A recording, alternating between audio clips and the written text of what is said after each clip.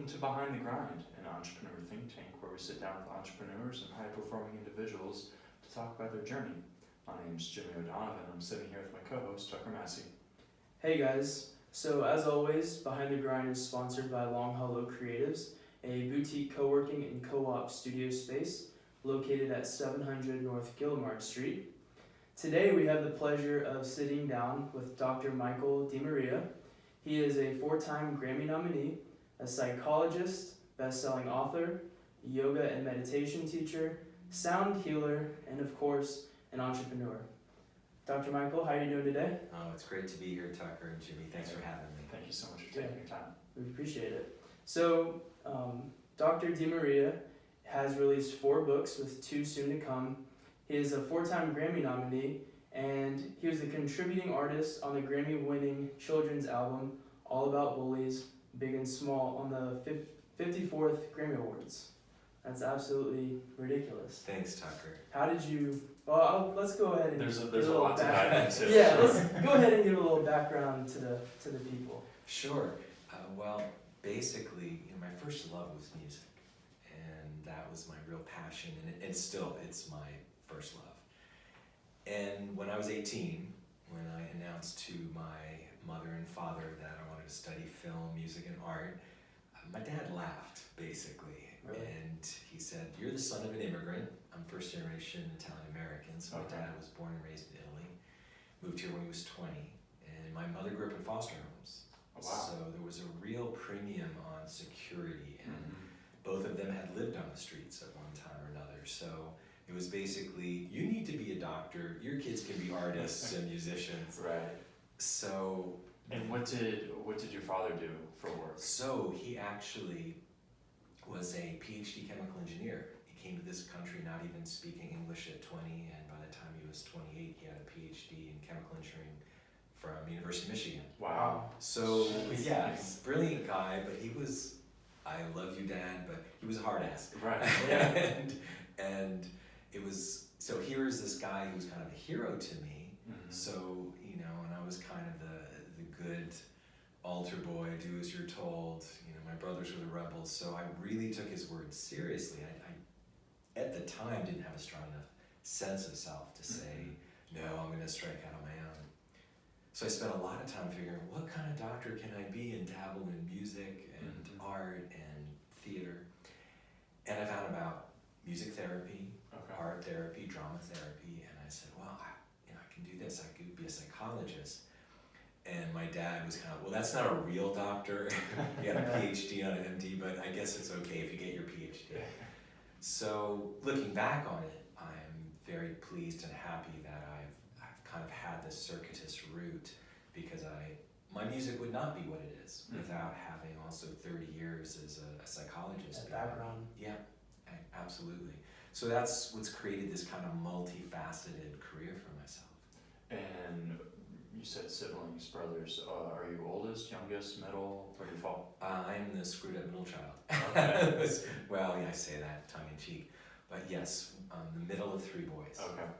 And yeah, my older and younger brother, about 2 years apart. So it was kind of a great but tough, upbringing with having 2 brothers. Yeah, okay. We talked about this a little bit before we got started today, but you moved to Pensacola, did you say when you were 14? 15, actually. I was in my sophomore year of high school, and I moved from Fairfield County, Connecticut, which was like 30, 40 minutes outside New York City, to Santa Rosa County in Gulf Breeze, and talk about culture shock. Yes. Yeah. I've actually written a full-length screenplay about it that I hope to produce one day. Really? Yeah. Oh, okay. It's got some humor, but the whole north-south clash is really powerful, and it's funny, but it's got some poignant, dramatic moments. But yeah, I grew up. My field trips were to the UN, the Metropolitan Museum of Art, first run Broadway plays, to Gulf Breeze, which was in 1977, closer to J. Some people bringing their dad's Ku Klux Klan hats to school. Yeah. And Can't even imagine. it was crazy. I was like, what happened? Where am I? And the thing is, we're not that far past that. Unfortunately, Right. that's true. In fact, some of the polarization today, it's really interesting, and actually that's why it's actually a project I continue to work on, because even though it has humor and drama, it actually deals with racism, polarization, Republican, Democrat, North, South. So, how do we find a way to communicate in this time of polarization? Right. So, I can't wait for that to Yeah. come out. That'll be Thank you. That'll be a good one. Well, I appreciate it. so moving to Pensacola, you're 15 years old. Did you know around that age that you wanted to be an entrepreneur, you wanted to own your own business, or did you think, I wanted to go the music route? And was psychology even a thought at that time? Actually, not at all. I was very I'm still skeptical of psychologists and psychiatrists. I seem to get along better with my art, musician, and entrepreneurial friends. So I was really, I loved music, and I really never thought about making money at my music. And it's blown me away that 250,000 people a week hear my music across the globe. That's astounding. It is, and it's become a big part of my income, my royalty stream, and my passion. But I actually was more of a philosopher. I actually was a philosophy major, undergrad, and I probably would have studied philosophy. But two things, I think the entrepreneurial spirit came from two places. My dad was a company guy, and he worked his whole life for this huge company. And my dad was in research and development, so he helped create dissolving sutures. He helped create the chemical lights, the cool lights where you break, and silent lights they call them. He helped create graphic skis and things like that, but didn't get any money for it. He got his basic salary. The patents all belonged to the companies. So he really grilled into our heads, because both of my brothers are entrepreneurs too. We've all been in business for ourselves. And he said, never work for a company, be your own boss. And to me though, for him it was, but have a professional license, because that's your ticket. So for him, he wanted to be a medical doctor, and he didn't pass the language entrance exam at Columbia. And so he was living in Brooklyn at the time. And so that was kind of his shadow. But that, be your own businessman, be your own boss was really there. And as a philosopher, which I consider myself still today, as an artist, musician, I value creative freedom, artistic license, and independence above everything.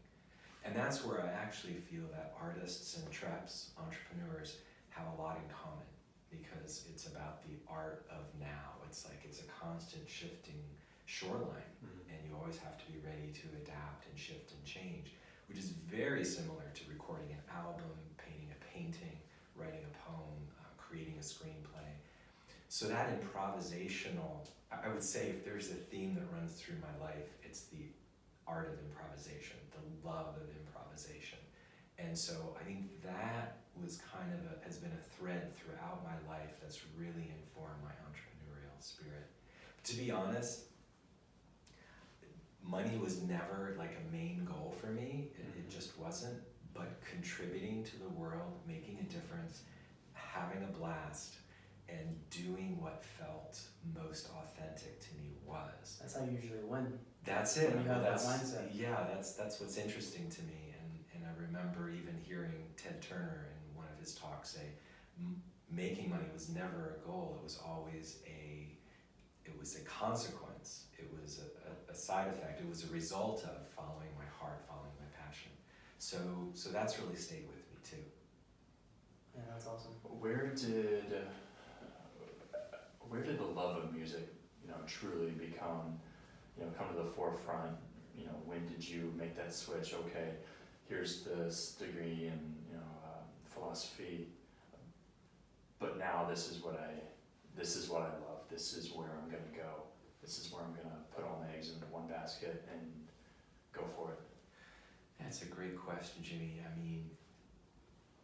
It never left, and I think it is my therapy. Okay. It is my healing. From the time, I share this in a number of my books and when I talk, I had a number of surgeries as a kid, and this particular one was very traumatic. At age 7, I had this abdominal surgery, and it would hurt to breathe, it hurt to walk, and I would go to the piano and like hit one note at a time on the piano, close my eyes, and just listen to that note dissipate off into silence. I'd pick my finger up, kind of wave it around, and hit another note. And I was doing this kind of sound healing or sound meditation quite spontaneously as a young kid. For yourself. For myself. And it was really healing to me. Then I got into, when I was just 9 years old, 8, 9 years old, fourth grade, I heard my first jazz performance, and I fell in love with the drums and insisted playing the drums. Got into synthesizers in college, and whenever the world got too much, whenever it was overwhelming, whenever I failed a test or broke up with someone or just had a dismal day, I would go to the piano, whether at the practice halls at the college, or I had this little synthesizer at the house, or I'd find a drum to play. And it was always my happy place, Your release. my release, my connection. And so when I wasn't able to pursue music as a career, as a grad student, or even an undergrad, when I got out with my PhD in psychology, I really loved, I had been studying music therapy, but I also really loved, and I've been teaching and practicing meditation for 37, 38 years. And I started doing these meditation tapes for people. And Is this a mindful meditation series that's on your website? well, actually it started before that. That's the most recent iteration of it. Gotcha. So I was doing this back on, little 4-track cassette players back in the late 80s, early 90s, and it was my way of justifying buying more instruments to my wife and because I was starting my practice, but I had to have the newest software, just like you guys are recording here. I was always playing around with recording and music and layering improvisations. So I was playing that for years for people. It was an after effect. And then I really changed my life 26 years ago when I heard the Native American flute for the first time. I'd never played a wind instrument, and that just broke my heart open. And at that point, it was a very interior journey, but from an entrepreneurial standpoint, I'm thinking 20 years ago, so I've been playing the flute a while, and I take it with me on these speaking engagements I did. And I had my first or second book had come out, and I was, trying to sell the books, but I would do my talks, but I always would play the flute before and after. And sometimes when I did the meditation, when people got real quiet, I played the flute. You heard me in Entrecom play the flute, right? Mm-hmm. And just like over and over again, people would come up to me afterwards and said, I'm not really interested in your book, but do you have a CD of your music? And it was like, it took me so long. I mean, it wasn't till 2003 that I actually put together my first formal album that I released of just music without any meditations. And over the years, I was so surprised that my music has done so much better than any of my books. And it just started having a life of its own.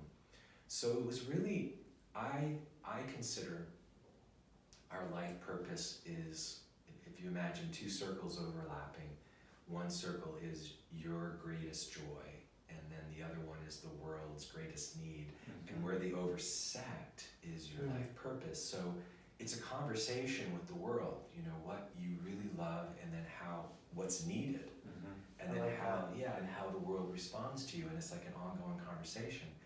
And it was so interesting because I think I had in my head that from my dad,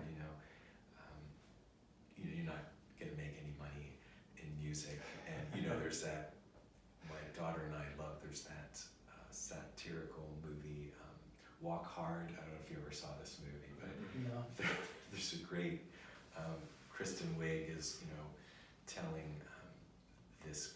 It's basically a satire on all the musical biopics, and she always says in her southern accent, nobody ever made no money playing music, you know, Dewey. And I had it in my head that, you know, I love music, but I'm not gonna make money at it. Right. And so now, especially with the shifts and changes in streaming and it's opened up, in fact, from an entrepreneurial standpoint, the dissolution of the record industry and the record labels in the 90s opened up an opportunity for me in the last 15, 20 years that an independent artist would not have had. You know, to find the exposure, to find the audience. But I was doing it, even when I started releasing albums, it had nothing to do with making money. It was totally because it healed me. It was a pure joy, and I loved it. And that all of a sudden, the world responded with gratitude and appreciation, and you know, some financial reward has been huge. So that's a kind of a long answer to your question, but because it's a 40-year journey. Yeah, no, absolutely. So taking it back a little bit to when you were making those, you know, cassettes for other people, at what point did you realize, okay, maybe this is something that it helps me so much, let me try to, you know, help somebody else? Was it, you know, a good friend back in college, or was it, you know, something like that they you know, they approached you and like, you know, hey, I see and hear you talk about this, you know, can I listen to it? You know, can you maybe let me hear it so, you know, I can benefit from it? Like how did that become?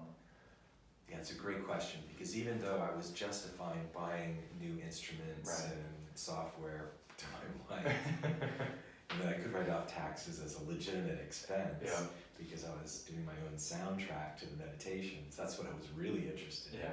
But yeah, I did about 5 or 6 of these that was just music to my dearest friends. In fact, my best friend to this day, Bill Schultz. We've been friends since I moved here, and he's actually a PhD in business, and he runs an MBA program with Walden College.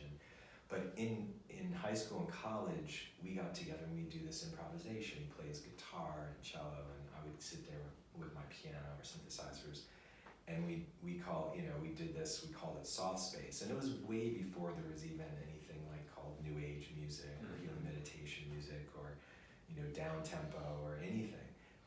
And we, especially when we're going through college and grad school, even though we're in either parts of the world, you know, I was in Pennsylvania and he was at Indiana University, we would like do these tapes back and forth to each other and just keep encouraging each other.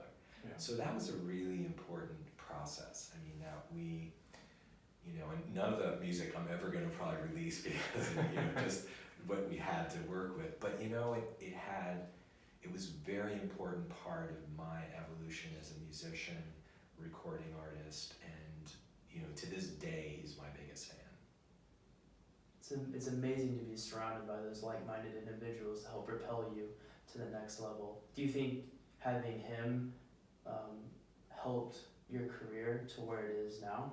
Absolutely. Having him? Absolutely, no two ways about it. In fact, a shout out to Dr. Bill Schultz out there. Dude, gotta make some more music. So absolutely, no two ways about it. Awesome. So on the entrepreneur side of things, when you first decided that you wanted to start monetizing your music, putting it out there, what were some of the biggest hurdles that you came across, and did you have any failures with that? Yes, it's a great question.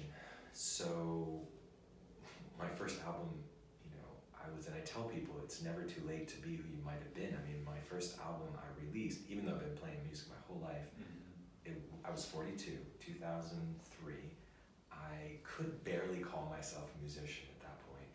And I was actually doing a pretty large expo, and I was the featured musician, and we did that as a release for my first album, and it did great. But after selling them live that day, I had no idea how to release an album, none whatsoever. And then Hurricane Ivan hit the next year, and I thought, well, maybe that's all it's going to be. But I think online, I maybe have sold 3 albums that year, right? And this is before streaming, it's really before digital downloads. And so in the next, between 2003 and 2009, I was working on 2 albums that I then released in fairly short succession within, maybe 6 months to a year of each other. And during that time, I was going through something called Music for People, which was up in New York and Pennsylvania. Grammy-winning cellist David Darling runs, and I said, I've been looking for you my whole life. And I spent 4 years training with him, both in music improvisation, but also helping facilitate music for other people, both musicians and non-musicians. Music is kind of a healing modality. Mm-hmm.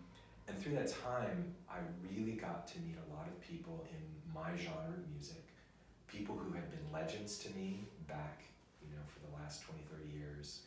William Ackerman, who started Windham Hill Music, and many others. And I learned, oh wow, there's a New Age chart, and there's certain radio stations that I listened to. I said, I could never get my music on there. And I remember looking at the New Age chart, and William Ackerman, who's multi-Grammy winning guitarist and producer, and seeing him being #1 on that, I thought, well, that will never happen, but maybe I'd be in that top 100 one day. Yeah. And so between 2003 and 2009, I learned the process of what releasing an album was, that actually, it could benefit to have a promoter, and just find out there was actually a process to releasing an album. And so I did my homework, and even though still I was doing it primarily for my own health and healing, it was like, well, I want to have an opportunity to give other people a chance to experience this. So I had a lot of insecurity, but what I did was that first album to hit number 1 on the New Age chart with Tonka was a soundtrack to a play that we produced here. I co-wrote it. It was done at PLT, and the play got 7 Crystal Awards with the Pensacola Little Theater. Co-wrote it with my dear friend Stephen Lott, who's another psychologist here in town. And lo and behold, it finds its way to number 1 on the chart, and it really just hit a chord with people. And it also at that year was nominated for a Native American Music Award. And so my wife and I go up to Niagara Falls, and I had been playing in a lot of flute festivals around the country, and I got to know quite a few people in that world. And so they asked me to present one of the awards, and I was not thinking there was any way I'd win this thing, and I ended up winning in the Native Hard category, which is a non-native category. It's the only non-native category, so it's pretty competitive. So we were sitting up there, and right when I got a lot of exposure to that, there was, the Grammys were voting on nominations that year, and it just happened that the buzz, I just ended up being in the right place, the right time, and lo and behold, that December, 2009 was like one of the most turn point years of my life, 10 years ago, when it got nominated for Grammy that year. And so it went from that, my first #1 album that January, to Native American Music Award nomination in July, winning the Native American Music Award in September, to being nominated for a Grammy that December. So I went from hurricane recovery, the total number of things I sold in that previous 6 years, I probably sold Tonka in the first month. Right. And it really was a sense of being in a different ballgame, almost like feeling like you got drafted to the majors. Yeah. And then all of a sudden, from there, Sounds True, which is a big label in my genre, gave me a 2-album deal, and then did another album with them. Then Eckhart Tolle, The Power of Now, started licensing some of my music for Inner Stillness. And right about between that time, 2012, all the streaming started taking off, particularly in the yoga world, meditation, spas. And people were saying, I was on Alaska Airlines, I heard your music. I was on this cruise and I heard your music. Great feeling. Yeah, it was, it's still looking back on it. Surreal. And I am so grateful. But there were lots of failures, again, so my first Grammy nomination at 48. So I released my first album at 42. So thinking that at 18 I'd given up my music and I would never not only see a dime, but I might never get a chance to share this music that was inside of me. Wow. What or has your father, very jokingly said, "I might have been wrong"? So yeah, great story actually. So after my first Grammy nomination, we did a big concert here at Unity Church, and standing room only, and it was really just a special night. And both my parents came up to me at the end, and my mom more than my dad was kind of like looking down, but my mom was tears in her eyes. "We are so sorry we didn't encourage you in your music earlier, because it's clearly your deepest passion and joy, and we're so proud of you for knowing that you were going to do it no matter what." And my mom passed away just 4 years ago now, and she became my biggest fan. Yeah. And my dad still barely got my music till just in the last year. He's figured out how to put it on, create a Pandora sticker. Yeah. Okay. But this is my dad, right? Uh-huh. He's like, "I'm really starting to understand and enjoy your music. I really like it. But that other guy, Duder, I think, you need to play less of that flute and more what he does. And then you'd be a lot more popular." That's awesome. Nice dad. Thanks, man. 91 years old, Oh, wow. sharp as a tack, but he doesn't pull punches. But that he really, and whenever I'm out there, he's at Azalea Trace, which is a retirement home here, and people will come by and say, "You're the musician, right?" And I'll say, "Yes, I am." And he'll always add, "But he's also a licensed doctor of clinical psychology." Still hold on to that one. Exactly. Yeah. Exactly. Love that. So, I want to talk about, I believe it was your second album, Ocean? Is that correct? So Ocean, Siataka was actually the second release, but Ocean was released within the year after Siataka. So they both hit #1 within a maybe 12, 15 month period. But yeah, Ocean has been my most best-selling album and most recognized. It held the #1 spot in the New Age chart for 3 months, which is the only album that's done that. Wow. It won Best Ambient Album of the Year, Best Meditation Relaxation Album of the Year, and it's the one that Eckhart Tolle has licensed the most from. And all of that came from motivation from one of the most destructive things, which was Hurricane Ivan. Yes, it was. It's exactly right, Tyler. We were displaced from our home for almost 2-3 years after Hurricane Ivan. We were on the water in Gulf Breeze, which we still are now.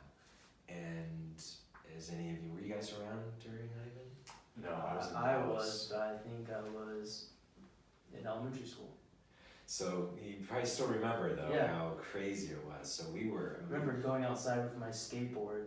It was maybe early in the morning or early at night, and just the wind pushing on my skateboard, which I thought was awesome. Which is very cool, and it really was. I mean, it was. We had 67 trees. We have an acre and a half there. We lost all of them, but we lost 60 of them, and 15-foot wall of water came over our entire neighborhood. 80% of the houses in our neighborhood in Gulf Breeze were completely gone. Nothing but, it was a little tsunami in certain spots in this area. And so we were living in my office, and I had a very makeshift, not even as nice as what you guys have here, trying to record. And I spent 4 years on that album, and I cried my way through 90% of those songs. And I even told the promoter that I worked with, I don't know if anybody's going to get this. It's kind of, it's kind of dark and murky at times. One reviewer wrote, they got great reviews, but one reviewer goes, it was kind of new for New Age in the sense that, DeMaria takes you to this deep oceanic place, but sometimes I don't know if I'm going to be saved by a mermaid or eaten by a whale or a shark. So it has this kind of cinematic kind of undertone, but there's some pieces that are very minimalist, and it really, and I can, because I was recording, and for anybody out there who thinks you don't have enough equipment or whatever, it increased my creativity because I was pared down, and I can still hear, I mean, my ears are real sensitive, like all the little noises that I couldn't fully pull out because I wasn't in a professional recording studio. And the equipment at the time wasn't as good for noise cancellation. But it reminds you, and I tell people, a great album is not a perfect album. It has emotion and impact, and I think that's anything that truly is of quality. It's not about perfection, it's about depth and heart and having an opportunity to move people. And so it's very ambient, and I was like, I don't know, maybe we won't do a thing, telling my promoter, and she's like, I really like it, let's see. And it just hit a chord, and yes, it was my ode to making peace with the Gulf, because usually it was so calm and beautiful, but I will never forget the raging storm and what that water did. But it was like me making peace with the Gulf of Mexico again, and nature kind of at large. Yeah, wow. So going from there, which that's hard to follow up, talking about something like that. So in the entrepreneurship realm, let's go, past music. Let's talk about maybe your books, or, personally you being a yoga and meditation teacher. How did you decide that you wanted to start writing? And then again, how did you find out that you wanted to be a yoga teacher? Yeah, great questions. So writing has always been, music was the first, for sure. I always felt I had feelings that were too big for words. But in my teens, and I think this is true a lot of us in our teens years, writing, journaling, and writing poetry was really healing. It was poetry for me is as close to music, kind of trying to speak the unspeakable, say the unsayable. As a psychologist, I know about, we call the talking cure.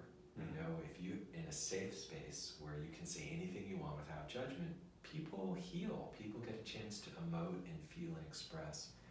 The same thing with the writing cure. For me, writing has always been, like music, a form of healing for me. It's just like telling the stories, sharing the poetry.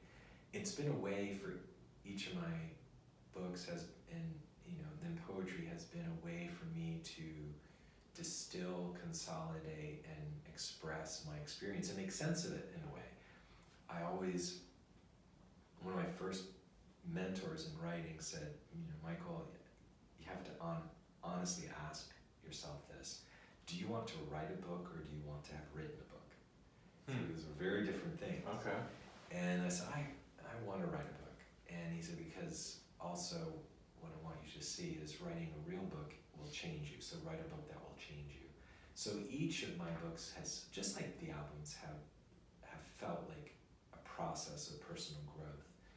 And, it is actually very humbling, when you put yourself out there, as you guys know, that you're going to have those who love your stuff and those who hate your stuff. And, he also told me something. He said, keep an eye on your vision and look on your right, all these people telling you how great you are, and then on the left, all these people telling you how much you suck and how awful you are. Ignore them both. Yeah. And stay true to your vision. And I've really tried to do that with my music and my writing. So, and getting a PhD, you have to. My first book was basically a distilled and accessible version of my dissertation. Horns and Halos Towards the Blessing of Darkness is all about love-hate relationships.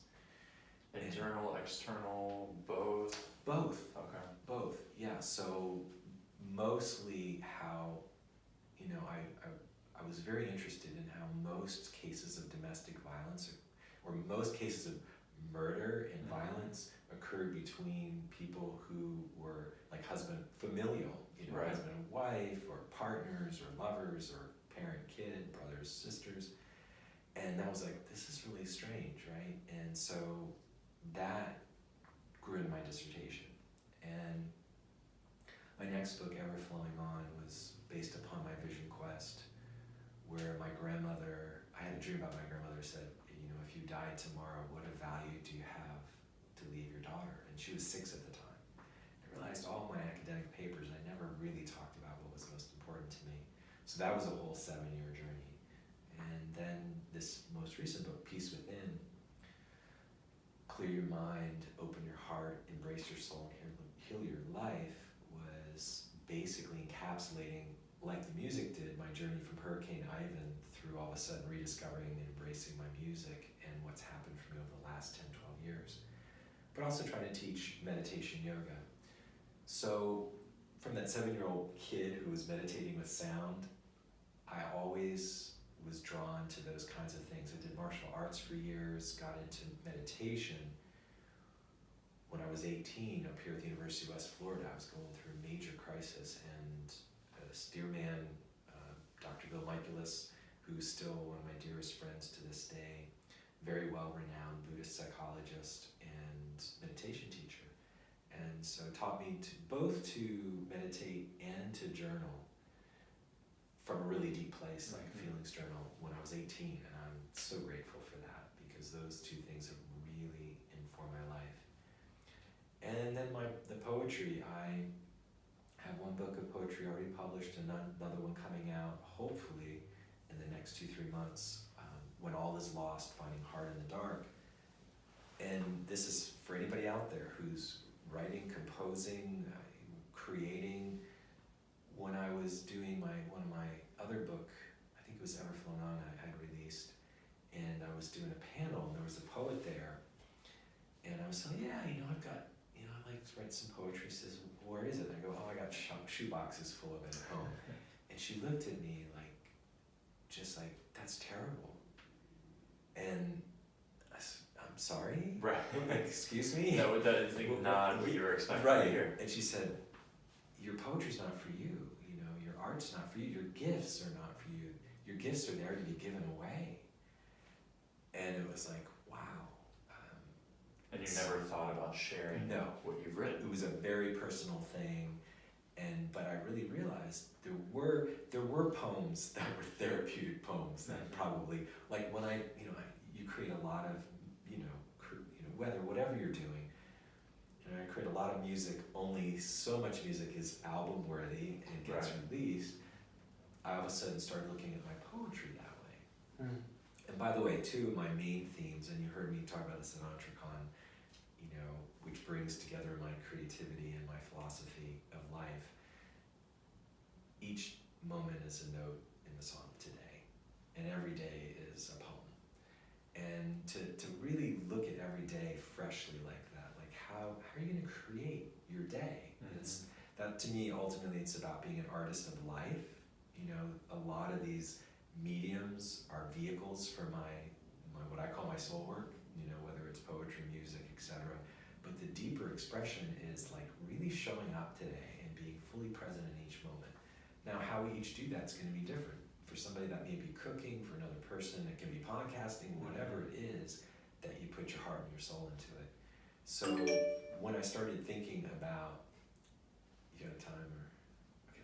When I started thinking about sharing the poems, I started looking at it like an album and saying, okay, let me go through and see what poems would be, book worthy. Yeah, so I've done that like each decade now, and I love it because actually one of my uncles who just passed away at 98 in Italy was a well-known poet in Italy, and he used to always say, you can't go in search of a poem, you have to let it find you.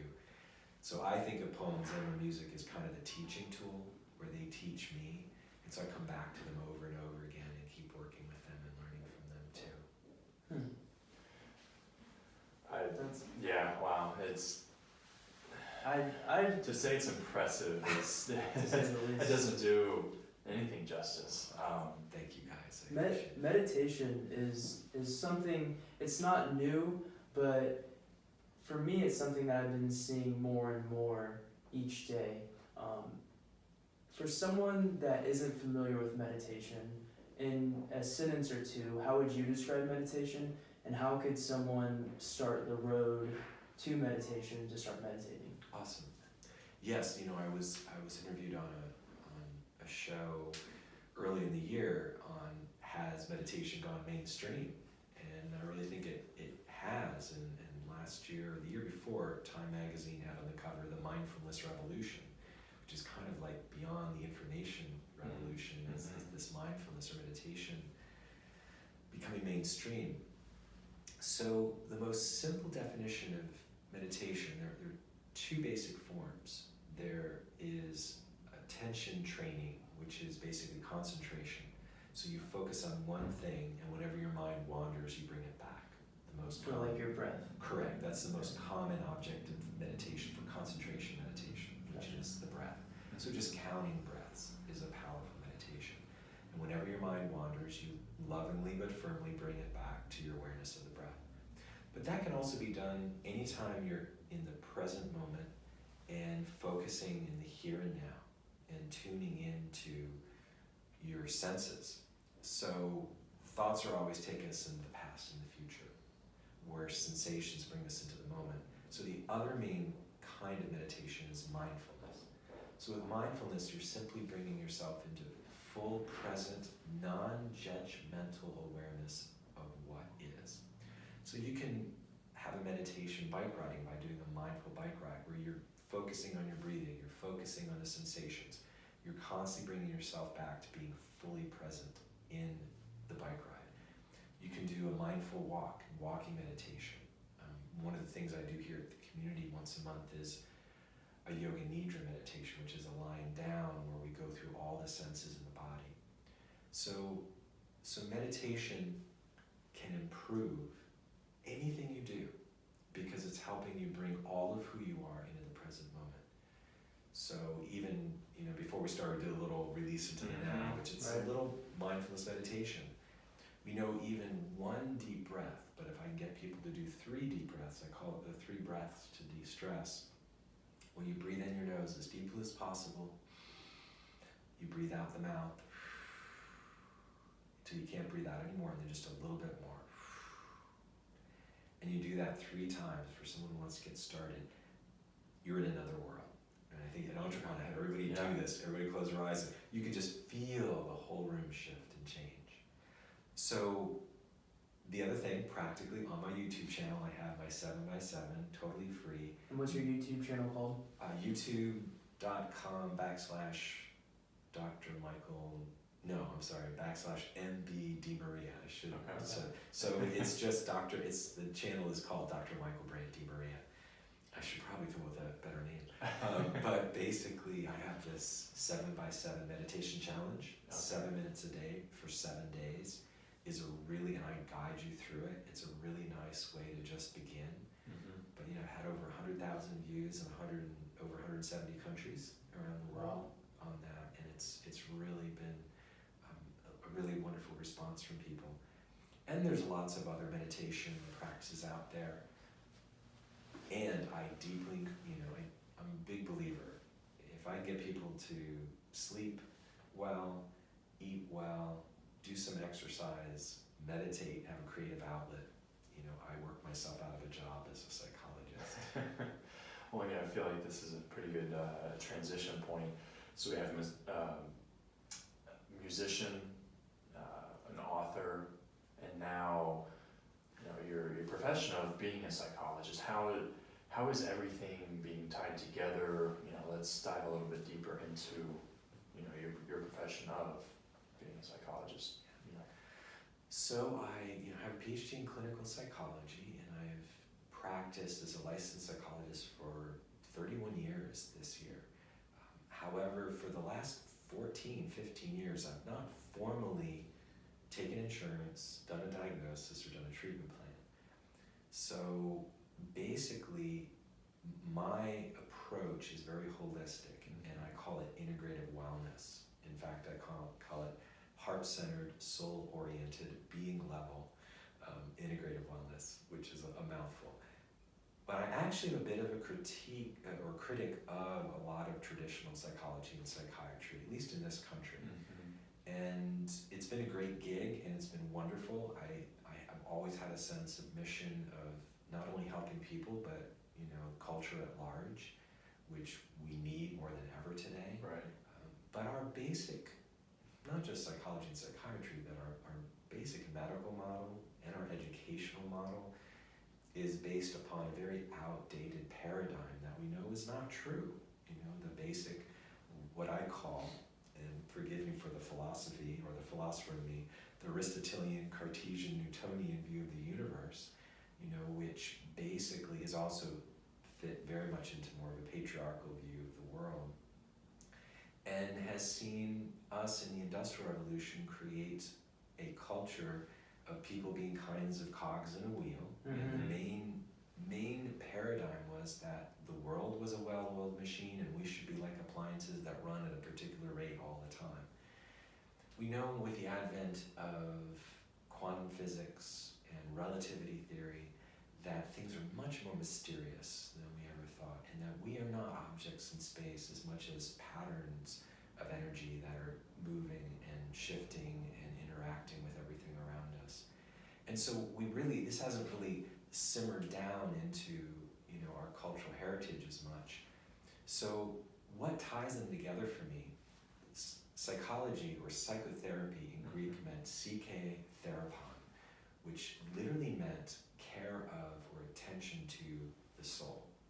Now that's what I do. Okay. That's not what you're gonna learn in 99.9% of colleges getting a PhD in clinical psychology or psychiatry.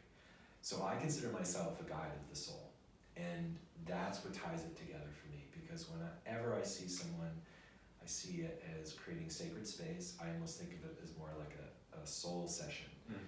And whether I'm doing my music or poetry, in fact, I have what I call the Healing Arts and Wellness Cooperative. I'm working with a lot of artists in a lot of different mediums to see that art in and of itself, or the creative process, is inherently healing. And so to me, we're coming into really some changes in our educational system and healthcare, and it really is exciting to me. And that's part of the reason why, even for me, I've really moved out of that traditional practice, and I haven't even called what I do psychotherapy for, 5-6 years. It's integrated wellness or, guidance for the soul. And it helps bring those things together. I've worked with native healers around the world, and I really try to bring a holistic view of bringing not just the mind and the body, but the heart and the soul. You hear a lot about mind-body medicine, but heart and soul, to me, are the two big things we're missing in our culture. So that was kind of a long answer, but I hope it made some sense. No, yeah, absolutely. How do you think, or what do you think are ways that you can add the heart and soul into it? So helping people, one of the beautiful things about meditation is it quiets your mind and brings you back down into the heart. And the word mindfulness is actually pretty poor translation. The Japanese and Chinese character for mindfulness, the literal translation would actually be heart, mind, now. So the idea is, first off, trust your instincts, trust your intuition, come into your feelings. The windows for the soul are feeling and creativity and imagination.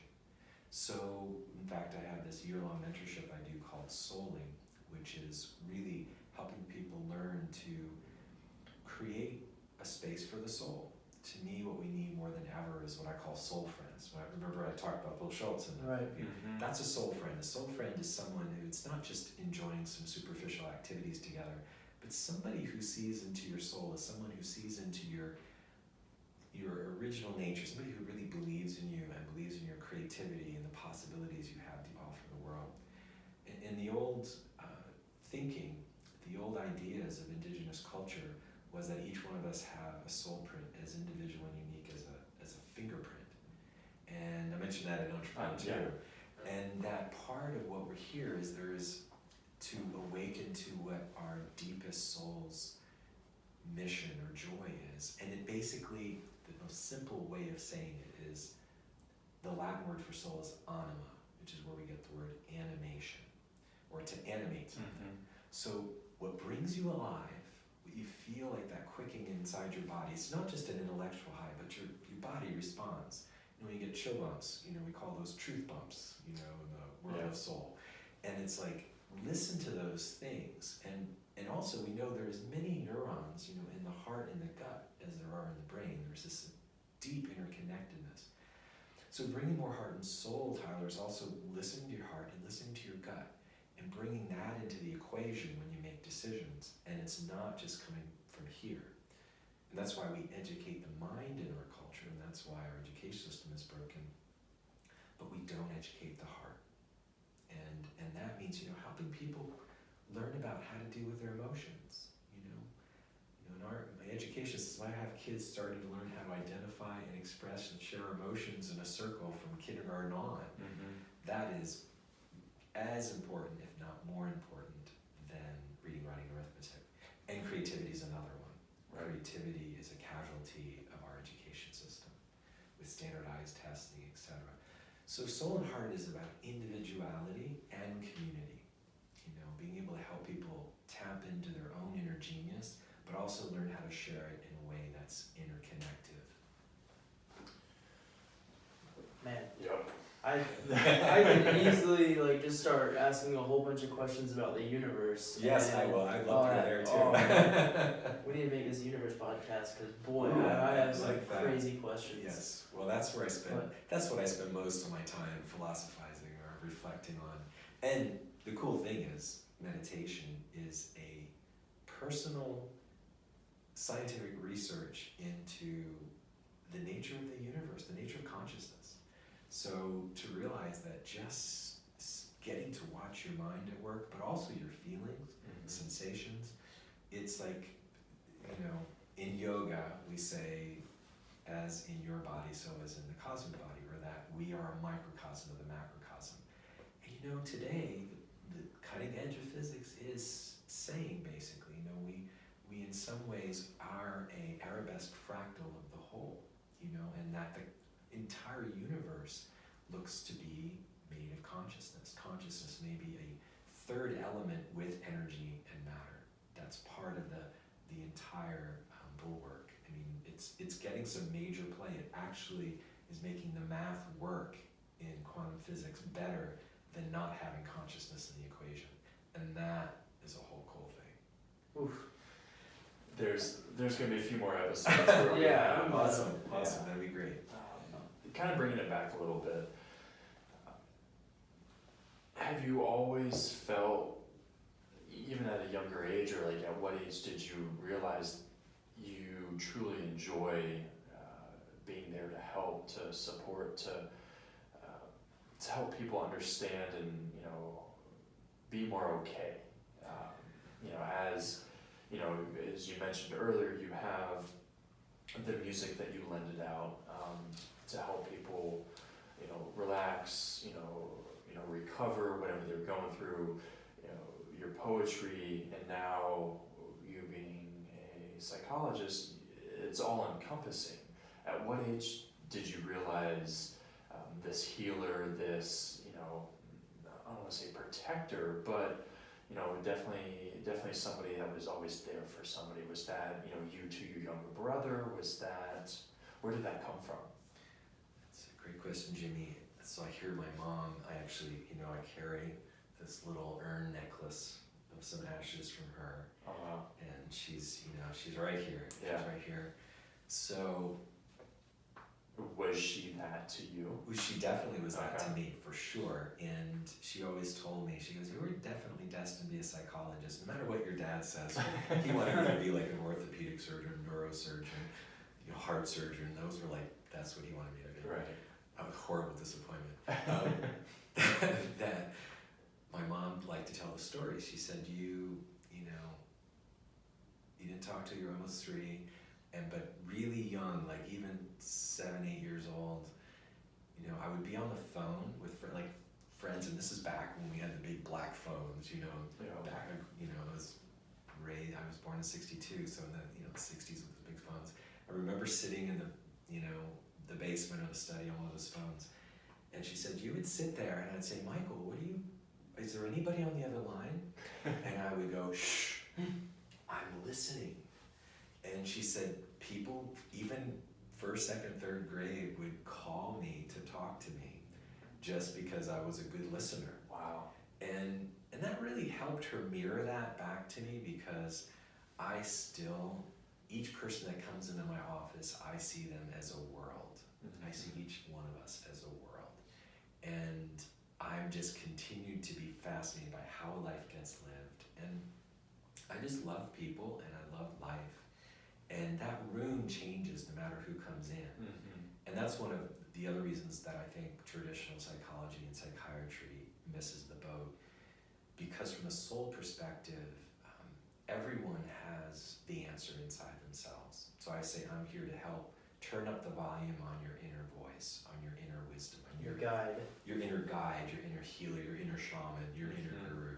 To me, that's part of us moving in this new age, is the experts are not outside but inside. But we have to have a space where you really, I always say, everybody needs a good listening to. So I just have felt, I think I was born with that. And when I've trained other therapists or in this souling thing, I'm helping train people to be what I call a soul guide or soul doula, soul midwife. How do you create a safe, sacred space for people to where they can speak the unspeakable, say the unsayable, feel to heal?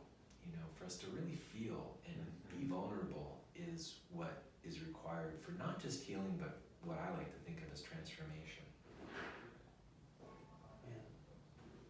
Woo. So, I have so many questions, but I just want to stick in the realm of entrepreneurship. Sure, absolutely. So, you say your first album you put out at 41 years old? 42. 42? Okay, so you're 42 years old with your first album. Was that your first sort of entrepreneurial experience, or were there other besides your practice? Right, so yeah, certainly I had done my book. It came out, the first one for general readership. My first book was an academic press, in 93, but 2001 I released my first book, Ever Flowing On, to general readership, and then 2003 my first album. And just for those out there, the practice was, like, I was offered to be part of this group practice. This is back when I was just gotten licensed. In fact, the office I'm in downtown, which I call my studio actually, Creative Arts and Healing Studio, Ontos. When I went out, people thought I was a little crazy because I took out a business loan, and I was like, I wanted to be downtown, and there was nothing going on downtown. I mean, the projects were still down there. The place it's grown up around me, but there was a lot of, risks that I took. And I tell you, follow my heart, I tell people that building kind of called me. I mean, I just felt this resonation and heart connection to it. And it was probably one of the best business investments I ever made. I actually bought it from Ray Russenberger, who's a very well-known entrepreneur here. And I was able to pay that, loan back in like 6 months, and my practice kind of really took off with some of the approaches I went to. So being a business owner in my practice certainly was there. But stepping out to share my written work and my music was another iteration, another level of risk, exposure, being vulnerable, following my heart in a much deeper fashion. Do you wish that you would have explored that area sooner, maybe in your early 20s? Or the sort of where I'm going with this question is, a lot of people nowadays, they want everything now. They want to start their business now. They want to make millions of dollars now. And you put out your music in the early 40s. Right.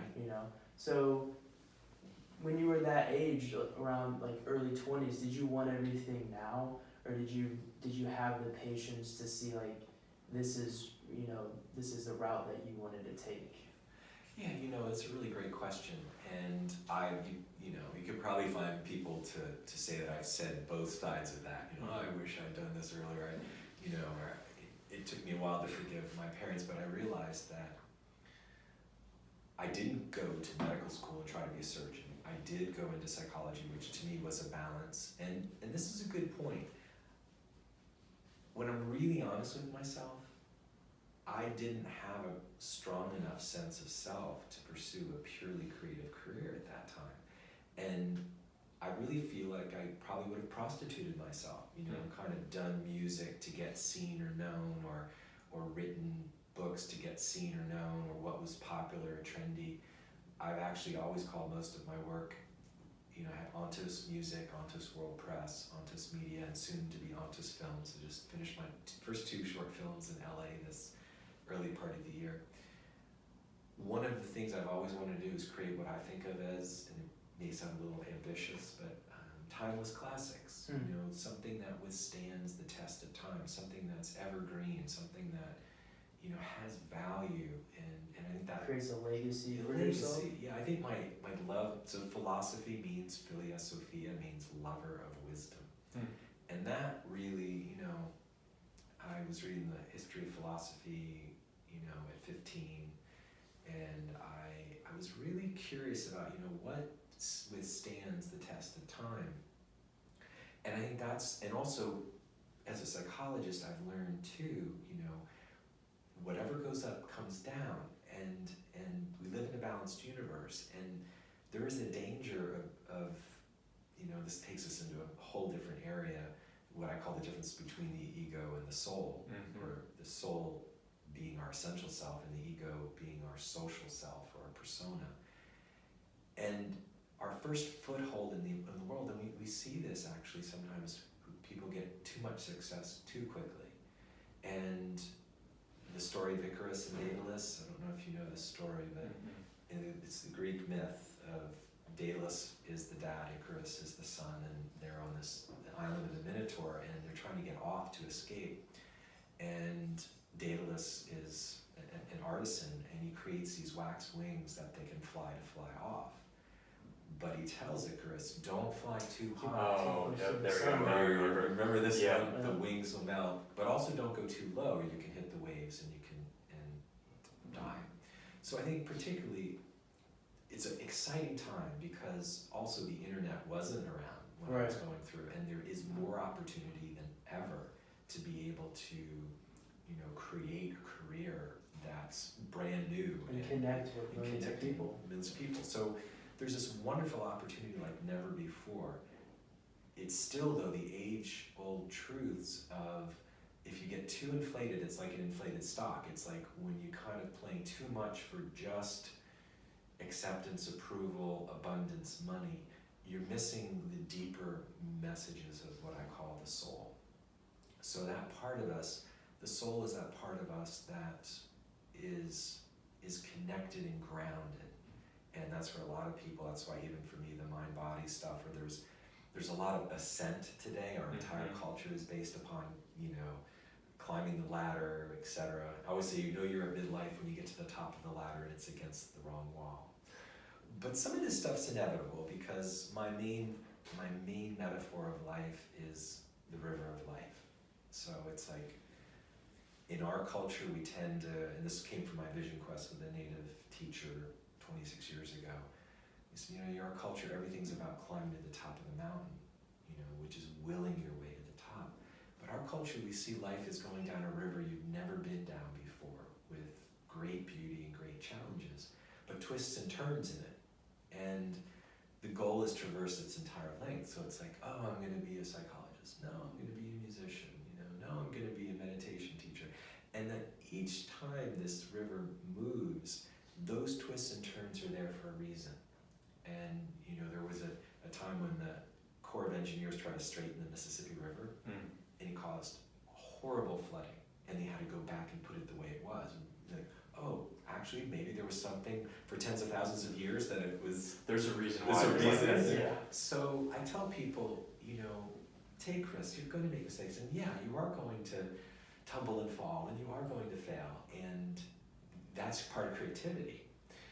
And your ego is going to get seared away, and you're going to find out who you really are, because you can only do things from will for a couple decades at most, and then you got to find a deeper source of your joy. And some people today, there's so much that needs to be done, ecological disaster and economic challenges and climate change, So I tell people, no matter who you are, where you are, pick up a thread and start doing just like you guys are doing right here. So the key is, I think, keep following your heart, and you're going to find, Native people call it your survival dance and your sacred dance, or your survival work and your soul work. There may be some things you have to do to pay the bills while you're trying to find your passion and joy. And sometimes you may not be able to make a living at passion and joy. But my life has been an attempt to, like two strands of DNA, allow my soul work and my survival work to weave together until they become one thing. And, now at the ripe old age of 57, I'm really, I don't feel like I work a day. It's just joyful to me. That's where we all want to be. Yeah, absolutely. Maybe looking forward, where